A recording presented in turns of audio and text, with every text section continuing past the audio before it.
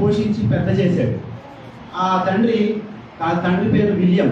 William అని ఆ తండ్రి రెండో వివాహం చేసుకోకుండా 6 పిల్లల్ని కూడా చక్కగా పోషించినందుకు గుర్తుగా ఆ యొక్క తండ్రి బర్త్డే జూన్లో మొదటి సండే జూన్ 5వ తారీఖు వచ్చింది.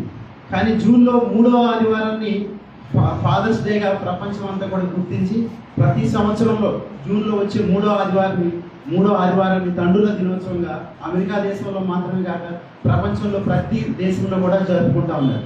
అలాగే మనల్ని ఆత్మీయంగా నడిపించే తండ్రి గారికి కూడా ఫాదర్స్ డే శుభాకాంక్షలు తెలియజేస్తున్నారు. బైబిల్ గ్రంథంలో ఆదాము అనే వ్యక్తి ఉన్నాడు. ఆదాముకి మొట్టమొదటి ఆదాము దేవుని కుమారుడు. ఆదాముకి తండ్రి ఎవరంటే దేవుడే. అంటే ఆదాముకి తల్లి లేదు. దేవుని కుమారుడిగా ఆదాము పిలువబడ్డాడు. ఆనాటి నుంచి కూడా ప్రతి ఒక్కరికి సృష్టిలో తల్లి తండ్రి ఒక బంధాన్ని దేవుడు నియమించాడు. బైబిల్ సెలవిస్తా ఉంది ఏమనంటే, నువ్వు దీర్ఘాయుష్మంతుడు అగినట్లు నీ తల్లిని నీ తండ్రిని సన్మానించని చెప్పి దేవుని వాక్యం సెలవిస్తా ఉంది.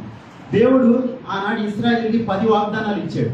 10 వాగ్దానాల్లో ఏ వాగ్దానంలో కూడా ఆశీర్వాదాన్ని ఉంచలేదు, కానీ ఈ యొక్క ఒకే ఒక్క వాగ్దానంలో ఆశీర్వాదాన్ని దాచిపెట్టాడు. హల్లెలూయా. నువ్వు దీర్ఘాయుష్మంతుడు అవ్వాలంటే ఈ లోకంలో నీ యొక్క తల్లిని అలాగే తండ్రిని సన్మానించంటే వాళ్ళని ప్రేమగా చూసుకోవాలి. చిన్నప్పటి నుంచి నీకు ఎలాగైతే ఏ కష్టం రాకుండా చూసుకో.